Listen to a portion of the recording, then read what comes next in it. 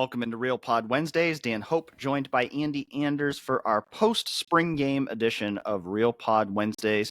15 spring practices are in the books for Ohio State football. Now the Buckeyes will have a few months off from practice before they return to the field in August. And as we come out of this spring, Andy, I think it's an interesting calculus now as we kind of look back on everything we saw this spring, because I think you could see it in the spring game. We could see it all spring. I mean, this roster is loaded with talent. I firmly believe that Ohio State, in terms of overall talent, has the best roster in the country for the 2024 season. However, we still have the same two questions about this team that we had coming into the spring, that we had at this time last year, that we had going into last year. And that is Ohio State's quarterback play going to be good enough? And is Ohio State's offensive line play going to be good enough? And I think Saturday's spring game, I think we'd probably be lying if we said we really learned a whole lot from the spring game. I think we learned more from the actual practices we got to see than we did from the spring game.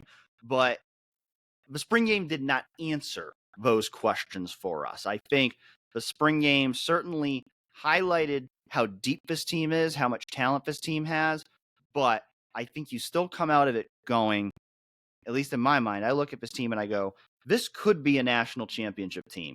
But much like last year, it's going to come down to, is the quarterback play good enough? And is the offensive line play good enough? Yeah, same old, same old. More things change, more they seem to stay the same from last year to this year. Not that Devin or Will or really many of the quarterbacks look particularly awful or particularly great in the spring game.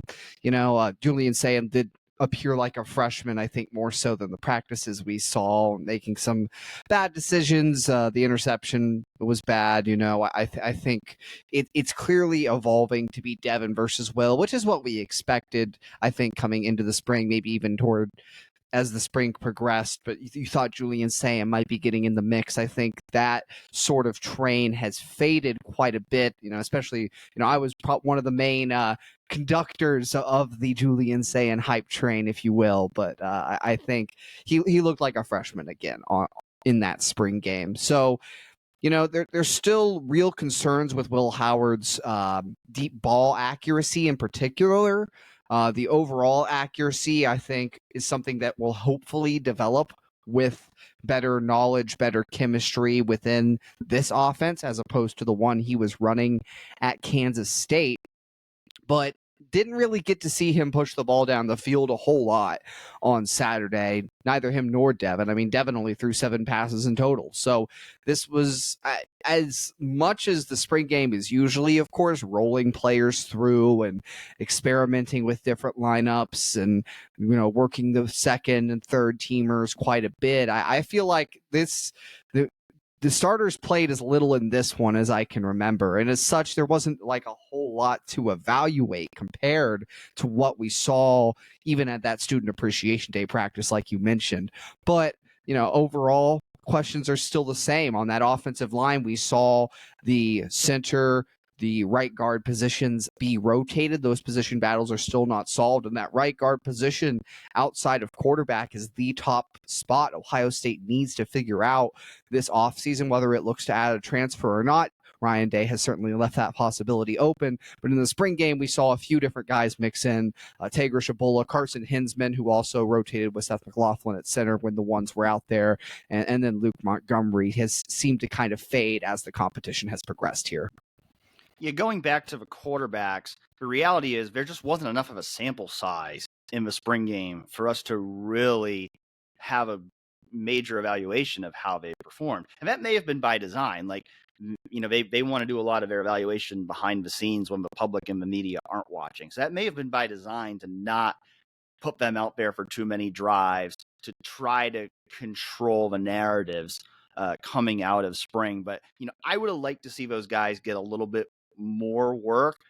And, the thing that's interesting is I think the thing that's challenging for me right now with this quarterback situation is what I'm hearing does not marry up with what I'm seeing, because, we have to be objective. It's part of our duty as journalists to be objective and be honest and be transparent. And I cannot sit here right now and say I am highly confident in Will Howard as Ohio State's starting quarterback. That's not to say that I think he's going to be awful, but I cannot sit here and say that I think the way from what I saw personally from Will Howard this spring, that I think he's going to go out there and be an elite quarterback for this Ohio State offense. Now, maybe he doesn't need to be. And the comparison that started to come to mind for me more and more of Will Howard is JT Barrett. As I think, physically they have some similar characteristics. I think they're both guys who are decent passers, good runners. I think that short and intermediate stuff, I think Will Howard is fine. I think it's when you start getting more into the longer range downfield stuff where you see some of the accuracy issues show up with Will Howard, and that was the case with JT Barrett as well. I think the problem with that is you've got Emeka Buka, Carnell Tate, Brandon Innes, and Jeremiah Smith. You want a quarterback who can take full advantage of those weapons. You think back to when they had CJ Stroud. Part of what made CJ Stroud so good was he knew how to utilize those guys. He knew how to put those guys in position to make plays. If you want to take one example of why I have concerns about Will Howard from the spring game, it would be there was one series there where he had three potential touchdown passes in a row that were incomplete. And there was one in particular, Ryan Day was being interviewed during the play, and he throws a pass to Jeremiah Smith in the end zone that should have been a 50-50 ball, but it was low and it was short. And Day even remarked, we got to get that ball higher. We got to give Jeremiah a chance, because we've seen it, Andy, in practice. We didn't see a whole lot of Jeremiah in the spring game, but we've seen it in practice sessions. If you give Jeremiah a chance to make the play on the ball, good chance he's going to make it. Even when he's going against a Denzel Burke level corner, there's a good chance he's going to make it because he's that good. But the quarterback has to be able to give him a chance. Now, granted, Will Howard's only been at Ohio State for 15 practices here. There's going to be 25 more practices in August, going into the season in September. So those things can and probably will improve. But what doesn't quite marry up to me is, based on what we hear from people who are in the know, Will Howard is still viewed in the Woody Hayes Athletic Center as the front runner to be the starting quarterback. I think you could see that with the way the quarterbacks were handled in this game. He got the start.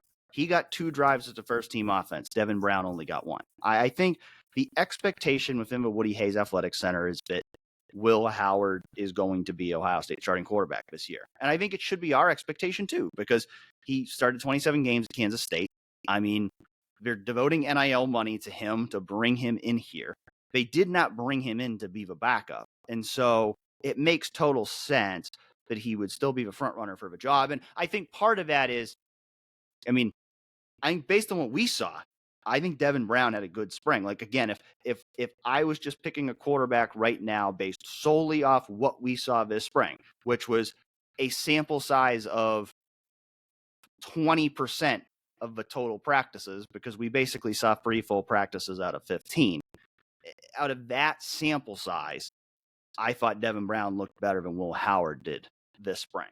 But I don't think, at least based on what we hear, that Devin Brown was so much better than Will Howard to necessarily change the calculus that they had coming into the spring of Will being the likely starter. And so, I think as we sit here right now, my expectation would be that Will Howard will be the starting quarterback this season. I think something is going to have to change for him not to be the starting quarterback this season. But is he good enough for this team to achieve all of its goals? That's a big question, because we have to remember Kyle McCord has become a punchline now. But Kyle McCord won all but one of his games as Ohio State's starting quarterback. Kyle McCord was good enough for Ohio State to beat every team on its schedule except the team that it really needed to beat. And that's the whole question here is, I am confident that Will Howard with this roster is good enough to win 10, 11 games for Ohio State in the regular season.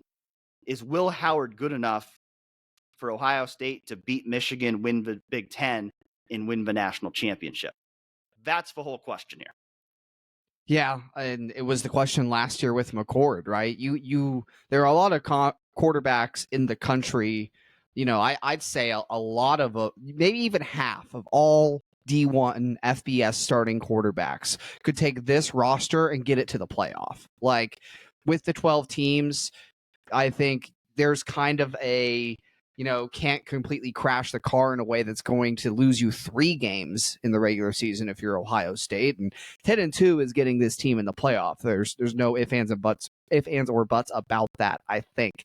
But can Will Howard be that next evolution? Coming in, I had my doubts as to whether he'd be a true upgrade over McCord as a passer. And there's been nothing to recommend to me yet that he is, nothing to prove it yet.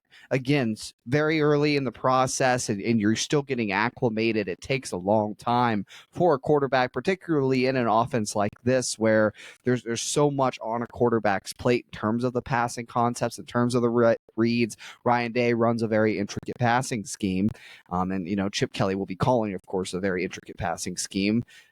I also think, another thing that takes the load off the quarterback, whether it's Will, whether it's Devin, is the running game, right? You have 2 of the best, if not the 2 best running backs in college football this year.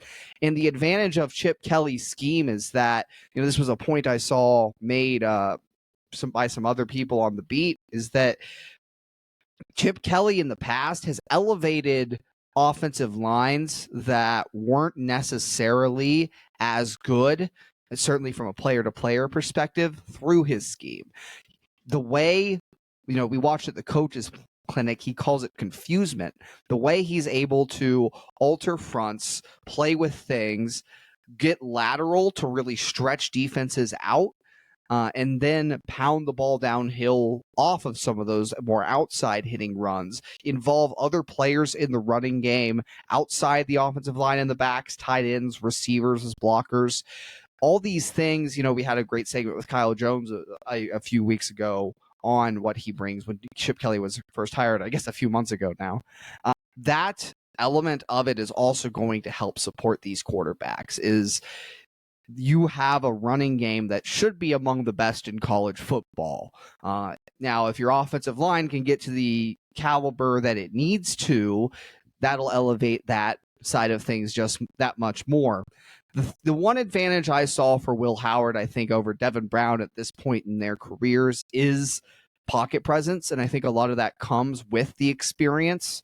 I think Will's going to have a better sense of when to evade the rush, when to climb in the pocket, when to scramble outside of it and extend a play. Both are very good athletically in terms of extending the plays. Will might have a little more athletic rushing upside, and the quarterbacks are going to be involved in the run game more this year. We saw it in that spring game. I wrote a story. They ran the ball 12 times that weren't sacks. There were 18 total rushing attempts, but 6 of those are sacks. Exclude those. 12 rushes, 90 yards on those. And what Chip Kelly said, they're not going to be calling hardly any designed quarterback runs, plays where you say, hey, Will's going to run the ball here. It's either off of a read on an option play or a scramble. And it's enabling a quarterback to have the confidence to just change things up on a defense, be that change up to the fastball that you have in those 2 running backs. That's where you can open things up further on the ground game. And I think when you mix in some of those rushing elements, it's going to help take some of the burden off this quarterback's shoulders, whether, again, it's Will or Devin. I think we both are expecting Will still, like you said. But, this is a much more real competition than I certainly thought it was entering the spring. I thought, Will was brought here to be the starter. He's going to be the starter. But Devin has done enough in what we've seen to enter into that fray. So as this continues playing out, going to be looking for the consistency, the accuracy from both of those players, and just how close can Devin make this come fall? Can he actually have a chance to usurp the favorite in Will Howard And I think it's going to have to be a clear separation for him to win the job, even though obviously you got to pick the best quarterback to win right now this year. This is the all-in year for Ohio State. He's going to have to separate himself substantially, I think, because of that experience advantage that Will has. But I think we're going to learn a lot more about this in the fall, Dan. To your point about the quarterbacks running, I mean, that's a direct change in how the quarterbacks are being coached than they were particularly 2 to 3 years ago with CJ Stroud. I mean, Ryan Day was legitimately telling CJ Stroud not to run because he didn't want CJ Stroud to get hurt. Now, we heard him say it publicly last week, like they acknowledged the fact that like if you run the quarterbacks, the likelihood of quarterbacks getting hurt increases, but we're still going to do it because we think it's that important to our offense. So that's a whole nother factor in the quarterback situation too, is you can't just have one quarterback you feel good about. You need to have two. Ideally, you have three that you feel good about, because you do increase the likelihood of a quarterback getting hurt if you're using them more in the running game. And, they may even be inclined this year, because of the potential 16-17 game season, to get their starters, including the quarterback, out of the game sooner in games that they're winning comfortably, to get those other guys more reps to preserve the health of their starters. I think you're certainly going to see that at other positions, and I think you certainly could see it at quarterback, especially if they feel like they have 2 to 3 guys that they feel comfortable with going into September. Again, we're going to see how that plays out. I mean, as we sit here right now, the transfer portal opened on Tuesday. We don't even know how many of these guys are still going to be on the roster. We're not going to know that for sure until 2 weeks from now. And so we're going to have to see how that plays out. But certainly it's going to look a little different this year, the offense with Chip Kelly. And I think one of the biggest things that's going to be different is going to be the usage of the quarterbacks in the run game. To your point, Chip Kelly has also done a very good job in the past of getting the most out of his offensive lines, and he's certainly going to need to be able to do that this year, because the quarterbacks are always going to get the most attention, but the offensive line is just as important to whether this team is going to be able to achieve its goals. I mean, we saw that in the Cotton Bowl, what can happen if the offensive line is not up to snuff. And so that's certainly the other big question that I have coming out of the spring, and I think particularly at that right guard spot, because it seems like Josh Simmons, Donovan Jackson, they're locked in as starters on the left side. Ohio State seems confident in Josh Fryer at right tackle. Maybe not to the same degree as Jackson and Simmons, but I think Ohio State, as we sit here right now, their thinking is that they will go into the season with Josh Fryer as their starting right tackle. If a great offensive tackle enters the portal, could they potentially go get that guy and potentially bump Josh Fryer inside to right guard? I think that option is still on the table. I mean, we've seen this Ohio State team with what they did in the first transfer window, going and getting a guy like Caleb Downs.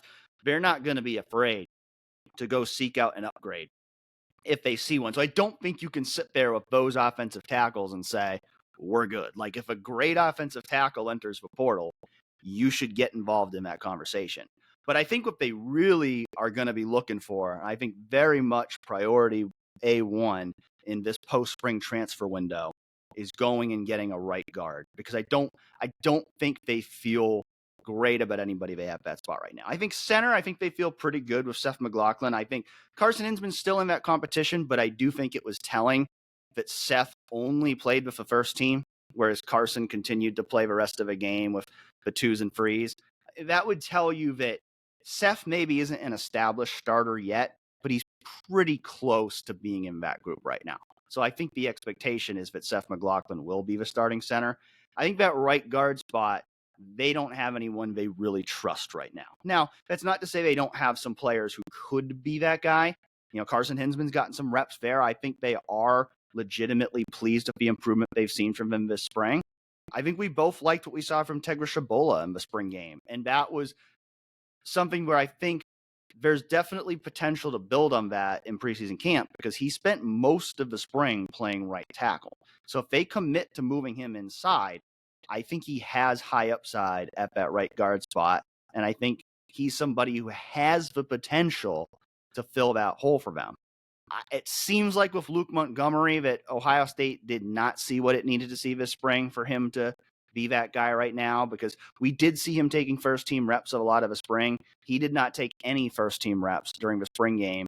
He took very few first team reps the day before when we were at Ohio State's penultimate practice as well. And so it feels like he's dropped on the depth chart a little bit, where, you know, maybe he's a year away from being a guy that they trust as a starter, whether that be at guard or tackle. I still think Luke Montgomery has high upside, but I think we felt going into the spring there was a chance that Luke Montgomery was going to really establish himself as a starter, and that has not happened. And so I think Ohio State will feel a lot better about this offensive line if it can go get one more experienced starter in the portal. Yeah, like you said, Dan, to me, Tager Shabola was the best of the right guard bunch in that spring game. I really liked what he provided, especially in the run game, the ability to move, and I think his physical skill set as a lineman, he's able to move bodies on the ground.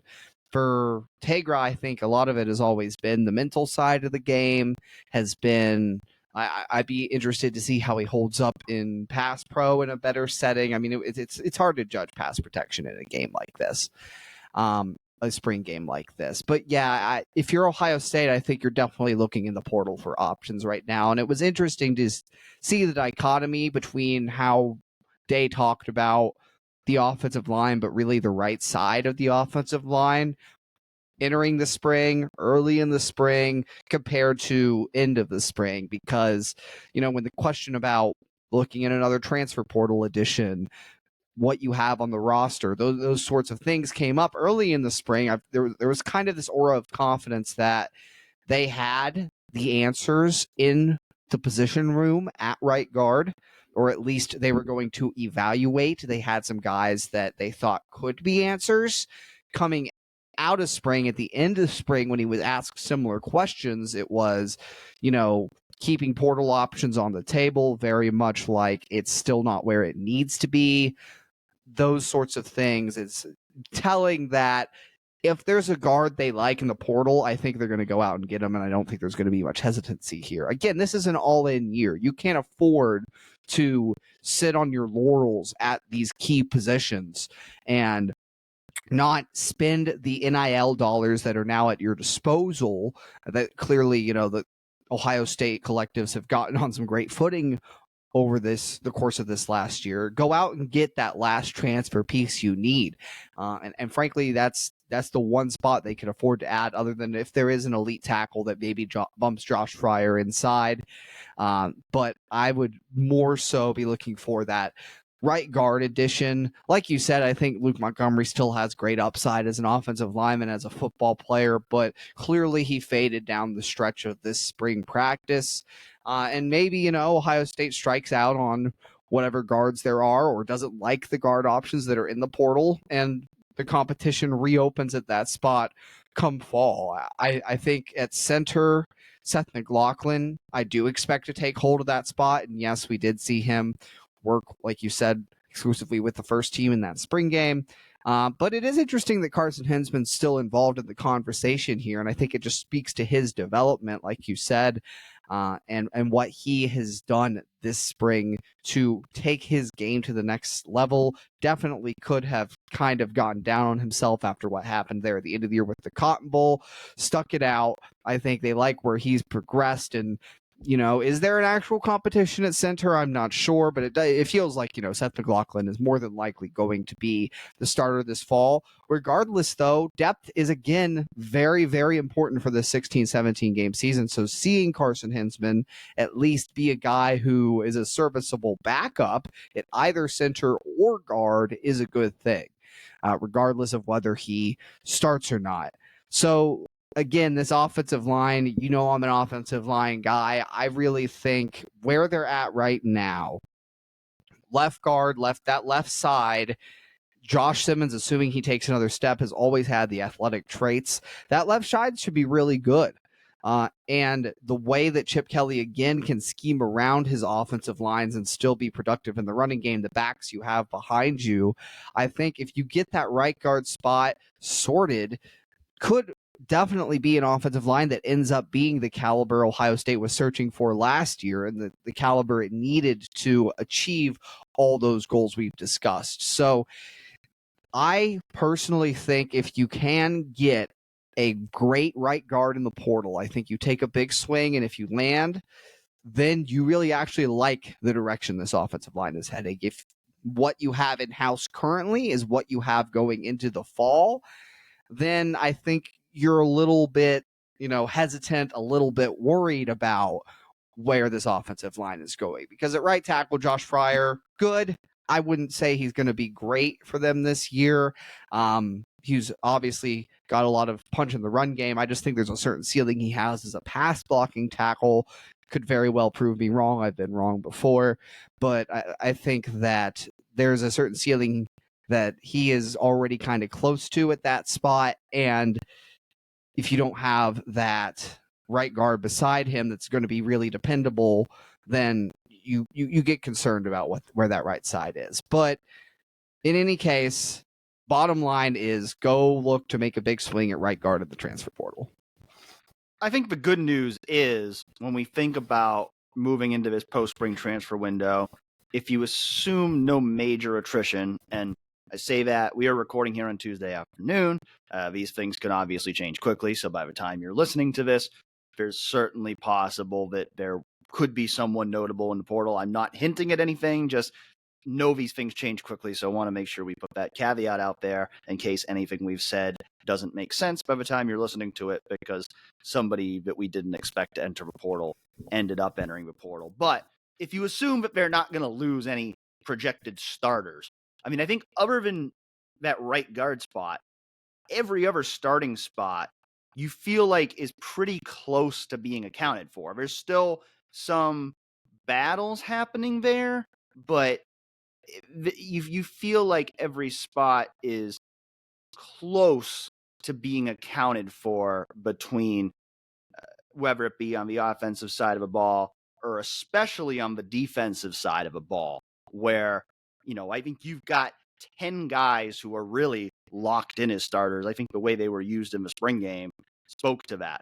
Jack Sawyer, JT Tuimoloau, Ty Hamilton, Tyleik Williams on the defensive line, Cody Simon at middle linebacker, Denzel Burke, Davis Igbenogson, Jordan Hancock, Caleb Downs, Lathan Ransom in the secondary. And in the one other spot, you've got 2 5-stars that are showing a lot of potential in CJ Hicks and Sonny Styles competing for that spot. So defensively, really the only thing you're going to be looking for in this portal window is depth. You might bring in a few guys, maybe at safety where the numbers are a little thin. You might be looking for some depth pieces. Maybe there's guys who you think can be good players in the future. But defensively, you don't need to go out and really look for any starters. And I think other than the offensive line, I don't think you need to do that on offense either. I mean, it seems like at tight end, G. Scott has moved pretty close to being in that established starter territory, and they already brought in a transfer to compete for playing time there in Will Kasmarek. Quarterback, we don't know for sure that Will Howard's going to be the starter, but I think if Ohio State brings in another transfer quarterback, it's going to be a Tristan Gebbia, Chris Chugunov type, and that would only be if they lose 2 or more of their current quarterbacks and then need an extra depth piece. I don't think they're going to be bringing in someone else to compete for the starting quarterback job. They're going to roll with the guys they have on the roster in that regard. And so I think if you can land, one high caliber offensive lineman in the transfer portal, you're going to feel pretty good about where your roster is at going into the summer, particularly on the defensive side of the ball, which, yes, the offense technically won the spring game, but I think we would probably both agree the defense was what really looked the best in the spring game, which you'd expect because they're bringing back so many great players from a defense that was a top 3 unit in the country last season. Yeah, obviously a flawed scoring system, Dan. I think when you talk about a touchdown and an extra point being worth more than multiple takeaways or 3 and outs. The spring game was sort of designed to score well to the offense, probably not by intention, maybe by intention, because I'm sure there was a recognition that the defense is ahead of where the offense is right now. And like you said, why shouldn't they be? I mean, you're talking about the number one pass defense in college football, returning all of its cornerbacks and adding Caleb Downs. You're talking about, a top 3 scoring and total defense that returns 9 starters. So the defense was always going to be ahead of where the offense is, and not surprised to see that play out in the spring game, even if the scoreboard indicated otherwise, I suppose. I'm not sure exactly how you devise a scoring system for offense versus defense spring game. That's kind of why I get why it's done the way it is now. I think it's probably best from a coaching evaluation perspective, but that's why it was always fun back when it used to be like a player, like draft teams and, have an actual just scarlet versus gray with 2 separate offenses and defenses. And that format of the spring game was always fun. But from an evaluation perspective, obviously, it makes sense to have your ones go against your ones, your twos against your twos, experiment with different lineups however you see fit, that sort of thing. Going on back to that will linebacker spot, though, I think that what we've seen from CJ Hicks this spring has been another step in terms of the consistency he needs. He made all those big plays at Student Appreciation Day. He wasn't as flashy in this spring game, but I thought still rather sound. And just he needs to that's the side of his game that needs to develop, right? Is the consistency, the mental aspects of things, being in the right spot on plays. Those are the things that kept him off the field last year and played out in the few reps he got in the Cotton Bowl. And why he didn't get more reps in the Cotton Bowl is because he kind of looked a little lost out there for the few plays, if we're just, keeping it real with how he performed and the opportunities he was given in that Cotton Bowl. And the way that Knowles has the ability to use both him and Styles as chess pieces, even getting them on the field at the same time in those situations.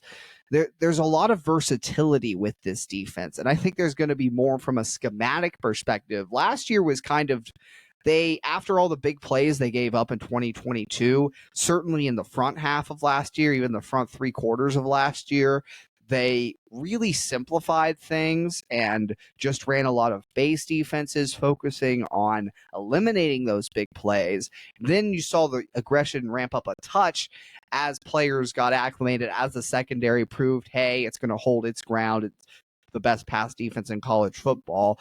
They have the chess pieces now where I think Jim Knowles is going to crank up the aggression this year again and start to use a lot of creative chess pieces flowing through the defense and give different looks to offenses. Did some of that last year with personnel, but I think the way you can use CJ Hicks and Sonny Styles as blitzers is really intriguing to me and something that really excites me in watching how this defense has progressed throughout the spring, that they're going to start attacking the line of scrimmage a bit more, I think, Dan, because they have such an elite secondary to back them up and prevent the big plays anyway.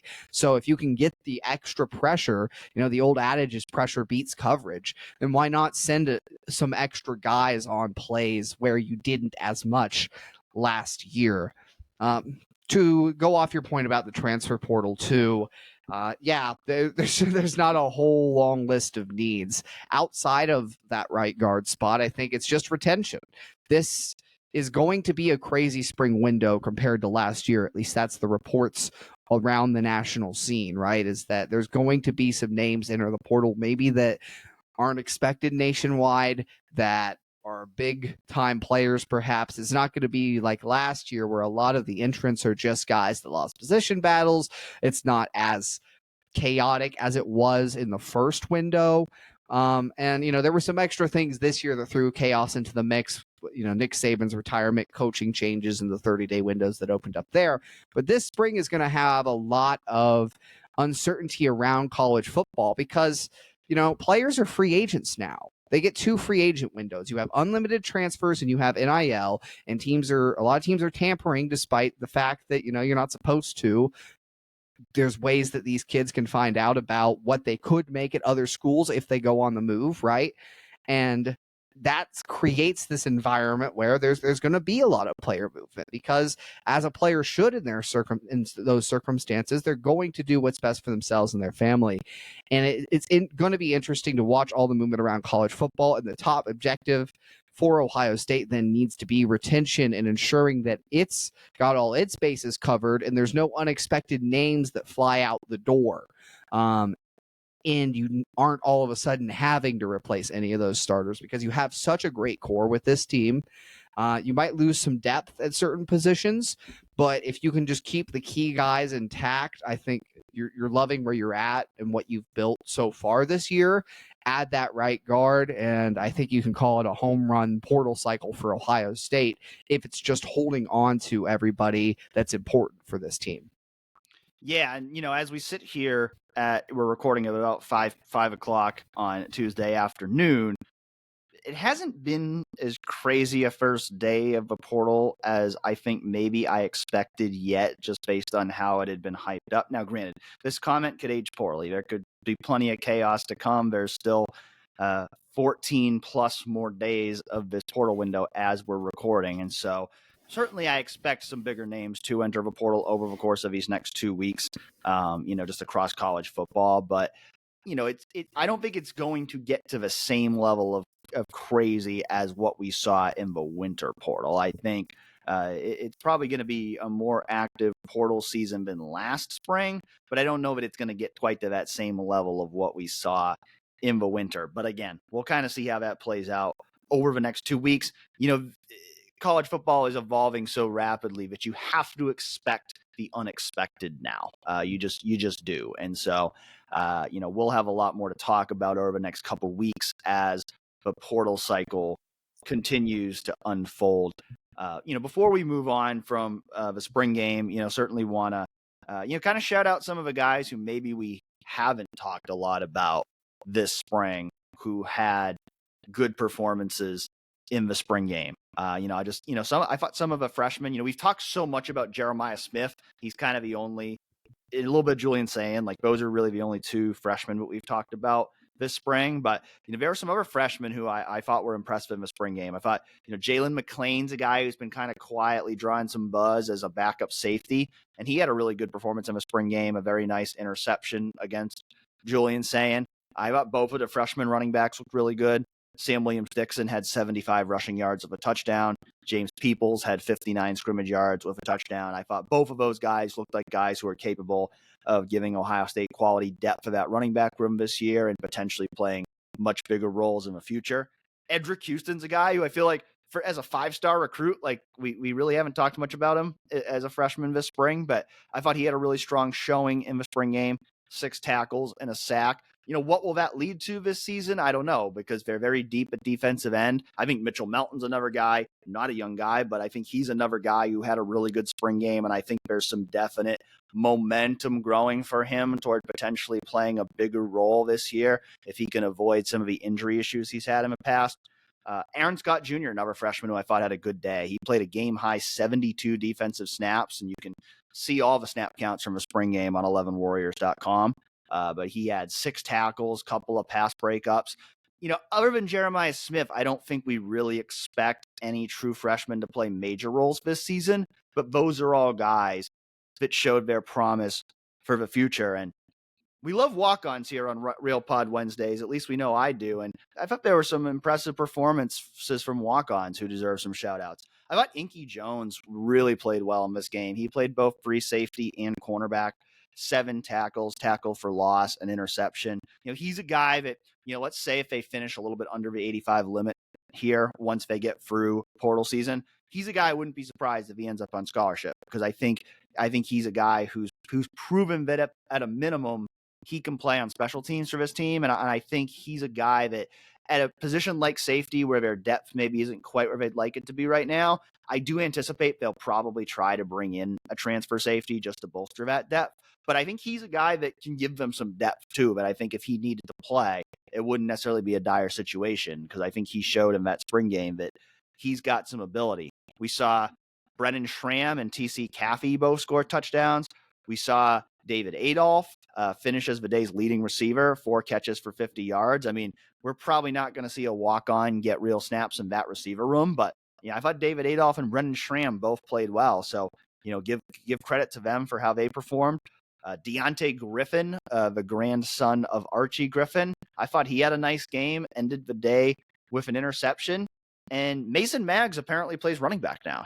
He's a walk-on quarterback, but we saw him get a few snaps at running back. It was a little bit of confusion in the press box because with those black jerseys the quarterback wear, it's kind of hard to read the numbers. So at first, the 16 looked like an 18, and I think even on the broadcast, they got it wrong at first. And they thought Lincoln Keenholz was handing the ball off to Will Howard, and we're kind of like, what are they doing? And then we realized it was actually Mason Maggs, the walk-on quarterback. So, not sure if that's going to be an actual position change for him. Might have just been a way to get him on the field in the spring game when they had so many quarterbacks to give reps. But, one thing that was fun about this spring game is typically in the spring game, it's so vanilla. You just see the base offense versus base defense. We actually saw some wrinkles in this game from the coaches. Chip Kelly starting it off right out of the gate with the T formation, which he said he called as an homage to Woody Hayes. And then even on the defensive side of the ball, we saw Jim Knowles mix some wrinkles in there. Like I think one that may have maybe gotten overlooked was on the opening drive of the game, 3rd down. They threw a 5 defensive lineman package out there with the 4 defensive ends, Ty Hamilton at nose tackle. Sonny Styles subbed in as like a linebacker safety hybrid. He was the only linebacker on the field. They had Jermaine Matthews in there as a 4th corner with Caleb Downs as the only safety. Like that was a look we hadn't seen before, and they threw it out there in the spring game. So that was kind of fun because usually it's like they don't want to show anything in the spring game. But I get the sense Chip Kelly, Jim Knowles, they're both the kind of guys who just love coming up with ideas and game plans. And I think those guys really enjoyed the chess match against each other this spring of calling plays and trying to outwit each other a little bit with their schematics. Yeah, that T formation is something I wouldn't be surprised if we saw in the fall a little bit, just in short yardage and red zone. I think Chip brought it up as a possibility. They're not going to run it. It's not going to be like an integral part of the offense or anything. They're not going to run it every drive. But I think in short yardage in certain areas of the field, it could be something that you see to help them move the rock, just pound out a yard or two when they need it. That chess match is really always fun to watch when you have 2 minds like that for offense and defense with all those ingenuitive ideas, things that they bring to the table. And that can only help too when you're talking about giving each other different looks in practice going into the fall and playing different opponents with different styles of offense and defense. So that was a lot of fun to see play out in the spring game where we normally don't. And, you mentioned Inky Jones. He was someone I even thought stood out on Student Appreciation Day. That practice we saw, he was making plays around the field. They were super thin at safety this spring. They'll be thin again fall. They're already down, a safety after Cedric Hawkins entered the transfer portal. So I think those numbers at safety are going to allow Jones to at least play maybe some garbage time, see the field a little bit at the end of the games. And who knows, maybe in an emergency situation, like you said, I think you could do worse, certainly, at safety if all hell breaks loose than Inky Jones. Another shout out we got to give though, Dan, you won the fantasy draft. You outsmarted me with your picks as to who was going to produce the most. Really, you could say you were the people's champion because James Peoples is the pick that ultimately won this for you. He scored 11.9 of your 17.7 points. I scored 12.5, my entire team of 5. So James almost just won it by himself. But certainly lofted you to the victory there. You want to take your victory lap, Dan, and tell the people how smart you are? Well, who knew that, Sam Williams-Dixon and Brennan Schramm were the guys that we really should have been drafting because a lot of our picks did not really, it was funny because we didn't pick Emeka Egbuka on the basis of we didn't think he was going to play very much. And I think if I'm looking at the numbers correctly, he had more receiving yards than all the receivers we drafted combined. Brandon Inniss didn't play. Jeremiah Smith had only 16 yards. Bryson Rogers had 3 yards. Carnell Tate had 5. So, the logic was, we're not going to draft a Mecca because he's not really going to play. And then he ended up actually having more yards. And we should give Emeka a shout out too, because Emeka had the play of a game. He had a great one-handed catch. I feel like, Emeka's almost become like a forgotten guy this spring because there's just so much hype about Jeremiah. But that one moment was a reminder, like, hey, if this guy's healthy, he's going to be one of the best receivers in college football. Like, do not forget about how good Emeka Egbuka is. But yeah, I would say collectively, I don't know that we had the best draft here. I mean, you did take the only quarterback to throw a touchdown pass, Devin Brown. Quinjon Judkins ended up being a solid pick for you, despite not playing a whole lot. He still had 36 combined yards. But yeah, I think James Peoples certainly with 11.9 points. I know that when we put it in our company Slack channel, Jason Priestis, our boss, commented that James Peoples was a good value pick by me in the 4th round. So Jason was correct in that assessment, that he certainly proved to be the winning pick for me, and certainly an impressive showing for him. Again, I think a guy who, we've heard, maybe they're going to look for a veteran running back in the transfer portal. They've been connected to UMass running back K'Ron Lynch Adams, who's a Warren, Ohio native and ran for well over 1,000 yards last year. So if they can get him to come in and be the number 3 running back, that would be a great pickup. But I think if they don't find a veteran running back, I think they'll be okay with the guys they have, because I think James Peoples, to me, he would be the favorite to be the number 3 running back right now. Sam Williams-Dixon, I really liked what we saw from him in the spring game. And then TC Caffey as well is another guy like Inky Jones. But I think, if you're looking at walk-ons who could contribute if needed, who I think they would trust to play if they needed to play, I think TC Caffey is one of the guys in that small group. Yeah, I'm a big TC Caffey enjoyer. Probably not as much as you, but he's got a fun game. Obviously, a lot of people remember that touchdown against Toledo a couple of years ago. A guy that, I honestly, like, when you watch him run the football, it's hard to tell he's a walk-on. I would say that's a guy that a lot of teams would trust to carry the ball in situations. And, both he and Inky, with how thin their spots could get if things happen, it's going to be interesting to see if they get the ball any, and just as like a fun story, these aren't guys that are almost ever going to be like impact players, make a difference in you winning a national title, but hey, could be a scenario where they have one big play that you remember forever, right? Maybe TC already had that. As you sit here right now, I think exiting the spring, where this team is at, Dan, and you talk about those goals, what is our level of confidence here that Ohio State has what it needs to beat Michigan, win the Big Ten, make the CFP, and win the national championship? Where is your level of confidence at with each of those 4 objectives for the Buckeyes? Yeah, I think it's a little different for each one. I mean, I think starting with beat Michigan, I'd probably go 75%, because I think Ohio State definitely has a better roster than Michigan going into this season. They have a lot more returning experience than Michigan, but Michigan has beaten Ohio State 3 years in a row. So it's the monkey on the back that now Ohio State has to get past. I think Ohio State should beat Michigan this year, especially playing at home, but I can't go any higher than 75%, because one, Ohio State just has to prove it. We're at the point now, Ohio State has to prove it they can go in that game. And secondly, because of those quarterback and offensive line questions, we saw those 2 positions in particular cost Ohio State against Michigan last year. They're going to need to be better this year for Ohio State to have a good chance to win the game. Andy, where's your percentage confidence on that one? 80, a little higher, not much. It's still Michigan. It's still the game. There's still going to be, uncertainty, a lot of tension. A lot can happen in a rivalry game. To me, though, I'm not that high on Michigan this year. I think it's going to be a pretty down year.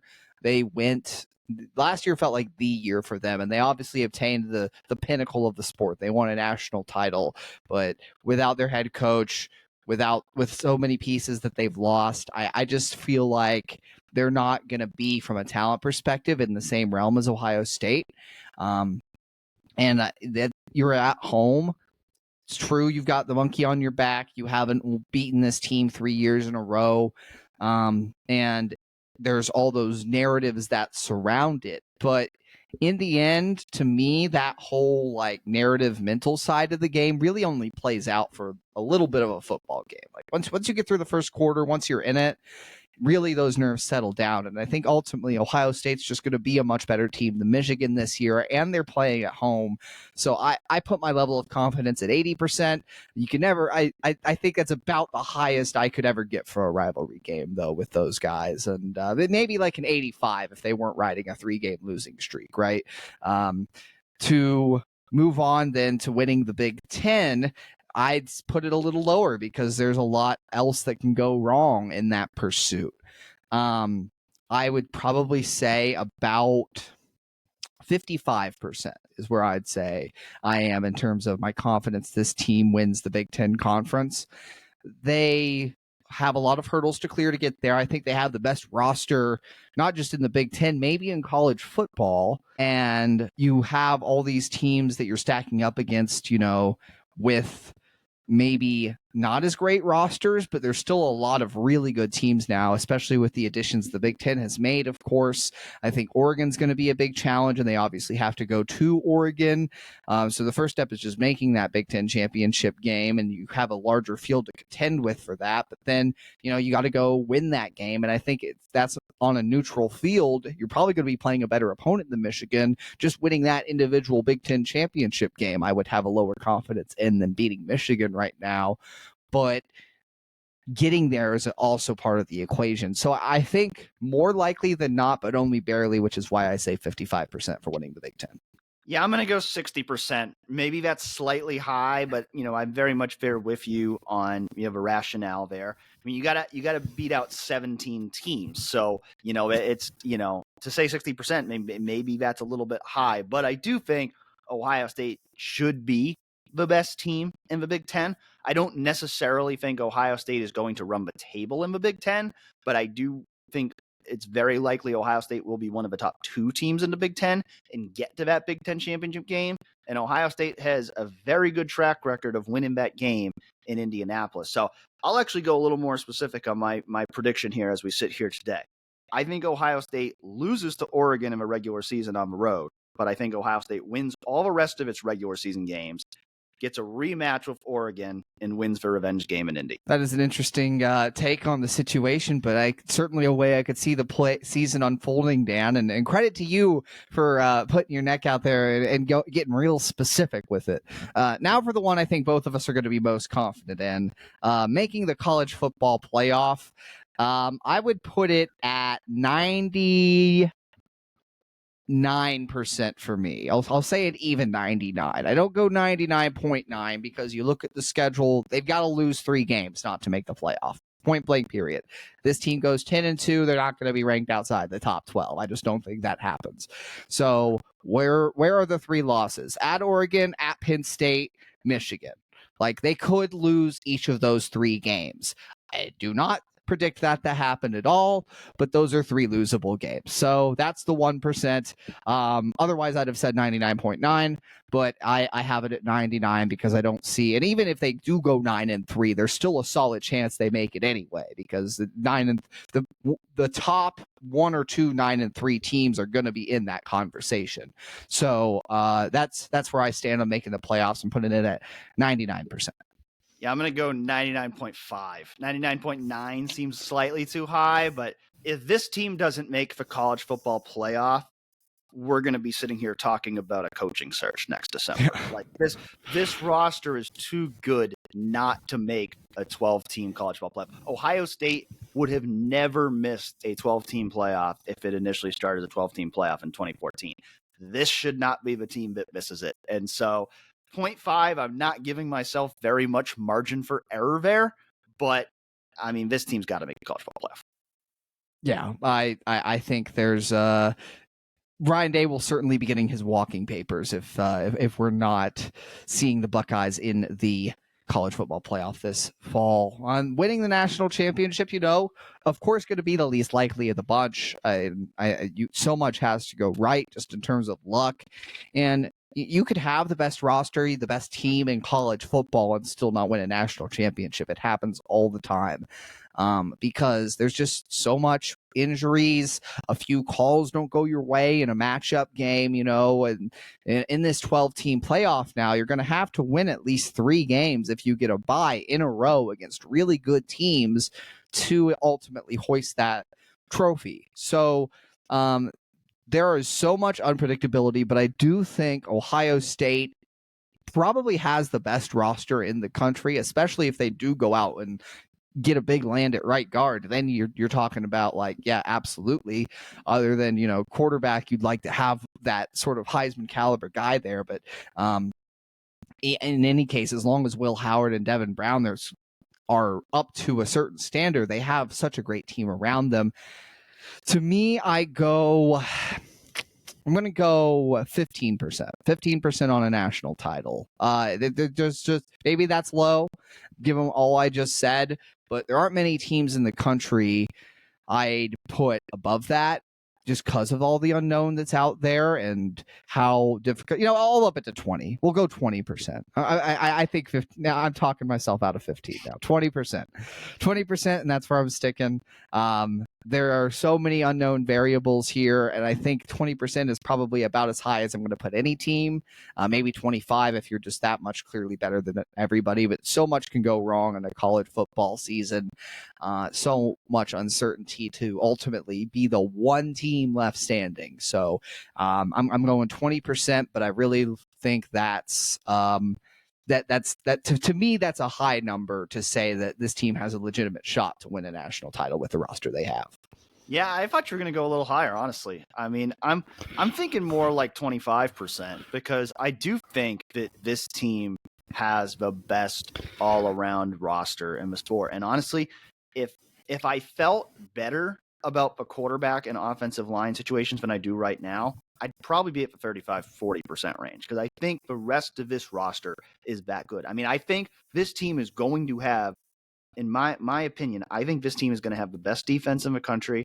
I think they're going to have the best receiver room in the run country and the best running back room in the country. That's most of the field right there. So, I do think this team is very much, in my estimation, among the top 2 national championship favorites as of right now, along with Georgia. Now, with that being said, if I was taking an Ohio State versus Georgia game right now, I might lean slightly toward Georgia because they have a quarterback who I feel better about right now in Carson Beck than I do of Ohio State's quarterback situation. I'm not going to go out and quite make that prediction outright as I did with the Big Ten, but I think, to me, those are the 2 best. You just look at their rosters, and again, we might have to reevaluate this discussion in 2 or 3 weeks after the transfer portal fallout goes and see how other teams' rosters either get better or get worse. But to me, those 2 teams, if you just look at the rosters of the big names to top contenders, those 2 rosters clearly stand out as the best in the sport right now. I think Georgia might have the advantage quarterback offensive line right now, but I think Ohio State probably has the advantage in a lot of other areas. And so I feel very good about this team's national championship chances. I'm not going to necessarily say that I would pick this team to win the national championship right now, as was reflected by 25%. There's another 75% out there. But, if we were going back to where I was at this time last year, at this time last year, I probably would have had, I definitely would have had a lower percentage on beating Michigan last year. I definitely would have had a lower percentage on beating Michigan last year. My Big Ten percentage, it would have been a different calculation because you had to beat Michigan to win it last year, whereas this year it's a little bit of a different story. But I think my national championship percentage is definitely higher right now than it would have been at this time last year because I do believe this roster all around is better than last year. It's just those 2 positions that were the problem areas last year I do think Ohio State's roster is better in both of those areas this year, but are they better enough? I mean, that's the whole question we are probably going to be talking about for the next 8 to 9 months with this team, because I think there's a very good chance that we will see Ohio State and Georgia have a rematch in the national championship game at Mercedes-Benz Stadium on January 20th. But there's 9 months to go to get there. There's a lot of hurdles Ohio State has to clear to get there, and that's why you're going 20%. I'm going 25% on this. But you come out of this spring, and there's a lot of reasons to be excited about this Ohio State football team. There's a lot of reasons for optimism with this Ohio State football team. I do think there are a couple of very real concerns that, if you're going to be grounded and realistic about this team, you cannot ignore those areas of concern. But I think if Ohio State can find the answers at those positions, this team is I'd say since 2019, going to be the most capable team Ryan Day and Ohio State have had of potentially getting to that mountaintop and winning a national championship this year. Yeah, this is, to me, again, I've said it before, I think you have the potential to be like generationally good on defense, like the best Ohio State defense maybe we've seen ever. They have the pieces to be that good on that side of the ball, and that's where most of my confidence comes from, because fact is I don't have much confidence that Will Howard is going to get to like a CJ Stroud, Justin Fields type of level, or even like a Michael Penix type of level, or someone who can really elevate the team. But he doesn't need to, of course. When you have a defense and a running game this good, all you need to win the national championship is around you. And again, it's just that unknown variable of what all can go wrong during a college football season. And maybe it's also, I've been around this team so long, growing up as a fan, then becoming a reporter covering the team. It's like they've won one national championship really since I've been sentient. I don't remember 2002. I was 4 years old. So that 2014 team was incredible, but they've had so many teams since then and before then, even, that I remember as a kid, that you thought, hey, this should be one of the best teams in college football. They've won one national title. It's hard, we live in an era where we're fresh off of Nick Saban's retirement, and you look back on his career and what he did, and he made winning national championships looks easy. That's not what it's supposed to be like. Winning a national championship is freaking hard, even if you have the best team. And so that and covering that journey is going to be super interesting this year. And again, I'm just excited to watch exactly what heights this defense achieves and how Jim Knowles uses his chess pieces on a game-to-game basis to get the most out of all the talent they have on that side of the football. Well, we will have plenty to talk about next week. There will surely be transfer portal activity over the next week for us to discuss. We will also look ahead to the NFL draft, which is just 8 days away, and we'll talk about where the Buckeyes could end up going in the draft. We'll talk about the basketball news as well. We had some basketball news earlier this week. You can go to our YouTube page, check out our latest episode of Press Coverage if you want to hear what we had to say about the addition of Aaron Bradshaw and the work that Jake Diebler and Ohio State basketball are doing in the transfer portal right now. Spring football is over, but still a busy time in Ohio State sports right now, particularly in terms of the roster building process for both Ohio State football and Ohio State basketball. And so we will be back next week to talk about all the latest. We hope you'll join us then. Thanks for listening in.